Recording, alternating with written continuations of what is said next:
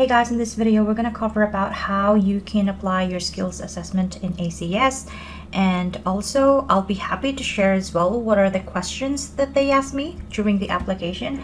And by the way, I've got 2 positive skills assessments so far. So yeah, just a piece of advice really, if you think that you have the experience or you are eligible for skills assessment, do not procrastinate it, because it can really affect your visa lodgement. If you can do it as early as possible, the better, obviously, because it can expedite it really fast track your application process.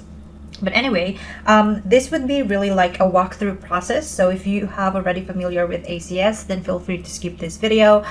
This video is really more into how if you are confused or you are planning to apply but you don't know where or how to start, then this is a right fit for you. Although I'm going to cover as well what are the questions that the ACS asked me, if that could help with you, but again, this is not for advance. Anyway, so yeah, to apply for ACS, you click on first you go into the acs.org.au/msa.html, and you click on scroll at the bottom part. You should able to see in the middle page, you should able to see the new applicants, and then you click on get started. So with the get started option, you click on the apply now, and then you will be asked to sign up if you don't have an ACS account. So you click on sign up now, and then you're gonna ask to put in, so let's try to put I don't want to use my my existing account, so I just really want to share with you the process. So usually gonna get a code. Let me just grab my code, and then you fill in your password. Just fill in my password in advance, and then you will be, so after this, there will be also some verification that you need to finish. So I'm going to put in the code there, the code, and then you click this verify code, and then you click create. And this one, it should be, let's add 0 on it. 0, you click create, and you put the hyphen, by the way, just to make sure, and then you will be redirected here. So you go back to the migration, skills assessment, and then you click back to the apply now again. So there, get application, and then you click apply now. So just follow the same process, and then here you click the start a skills application button, and then you need to verify your identity there. So continue with this one. I think you just I have a resolution there, and then you need to select this one. Next, I think this one. I already forgot. Yeah, so that's the right answer. And this is, I'm opening area very sunny. That's not the right answer. First is the right answer, and then this is the right answer, I believe. Okay. The third one is the right answer. Okay, first one is the right answer. First and first, I think so. Oh, really? Okay, this one, first and third. Let's see.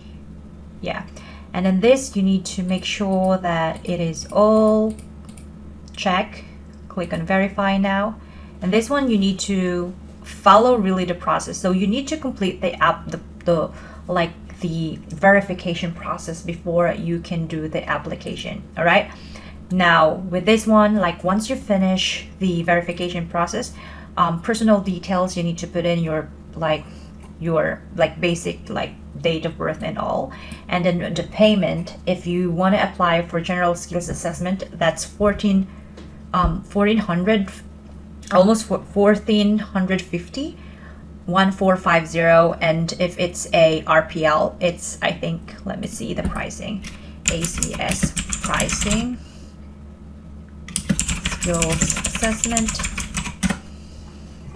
So here, so if it's a temporary graduate 485, this is not a pathway for skills assessment. It's $600. Post qualification, if you have Finnish and Australian higher education, it's $1,100. General skills assessment is $1,450, and RPL is $605. Now, if you want to reappeal, it's $500. If you think that the result is not right, you can always appeal and add extra documentation. Level 2 appeal is another $600. Okay, Now, once you're done with all of this, I'm gonna show you the I'm gonna show you my application. Let me just sign that out and log into my real account. And application dashboard. And by the way, I have a positive skills assessment. I launched my application 26th of December. I think this could be faster if I lodge my application after the holiday. So I've got my skills assessment. I've got a response from them on 13th of January. They asked few documentation, and then I've got my result 18th of March. So that's roughly like almost 4 months, but it's really because of like the documents that they asked me, and some of like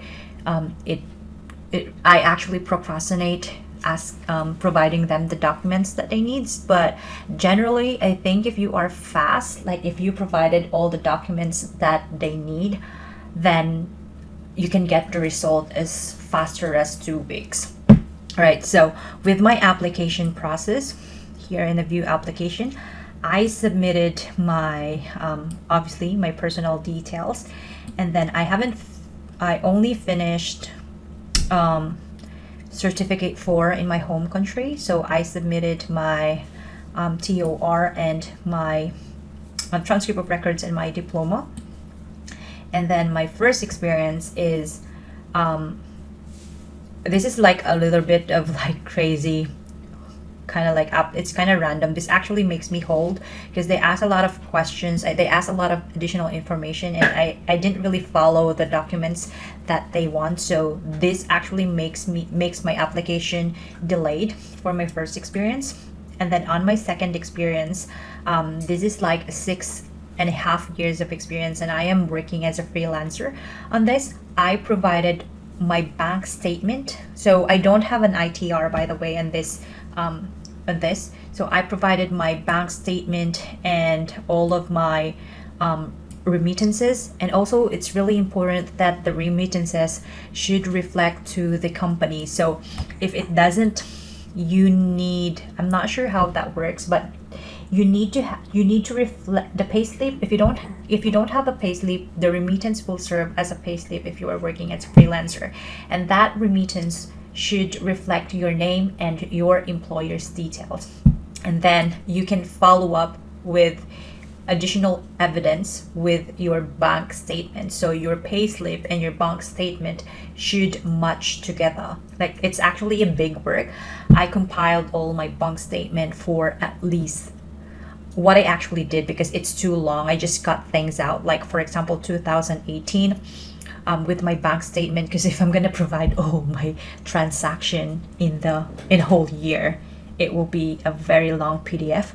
So what I only submitted is let's say because they pay me twice a month, so I only provided the first and second month and the last, like 2 of the last month. So February and January, and November and December. So both of all year. So 2022. Like, obviously it will be too hard for them to see, because this is a combination. In Philippines, you cannot filter a transaction. If you're gonna ask for a statement of account, they're gonna give you all the transactions that you have done in that certain month or certain year. So what I did is I just really highlighted the remittance that is matching to the remittance payslip. So here. So that's what I gave to the ACS. And with the remittance is a USD dollars, but obviously if they calculate that into a pesos currency, it should match to the remittance payslip. And the company sent me through Remitly. So for the reference letter,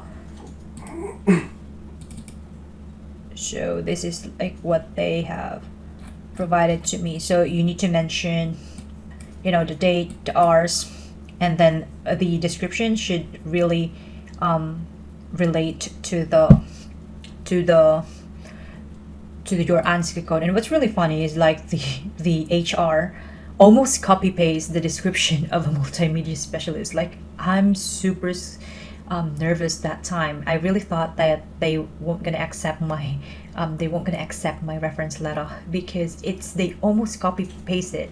But anyway, gladly they accepted this experience, they acknowledged this experience, and then I have an offshore experience with this, and then I have this is my onshore experience. With the onshore experience, I provided everything. I provided the tax, and with the onshore experience as well, since this is less than a year of experience, they really ask all my pay slip in this company versus this company. So I think if it's less than a year, they're gonna ask everything. They're gonna ask your 1 year of pay slip. So I only provided the first, and like, because I was hired 24 of November, so I only provided November and December, and then provided the September 2024 and 2025, and then they emailed me back and asked for all the pay slip for this company. So it's a little bit different. With this company, they are fine with like not all the pay slip, like not everything. But with this company, because I only work less than a year, they asked everything. With this company, it's unfortunately they did not accept this one, because I work as an ABN and I wasn't able to claim, like I wasn't able to file yet the TFN, because obviously I just recently hired 2024, and it's when I applied for this application, it's December 2024, so I need to wait for financial year to declare my tax for this company. So that's my process.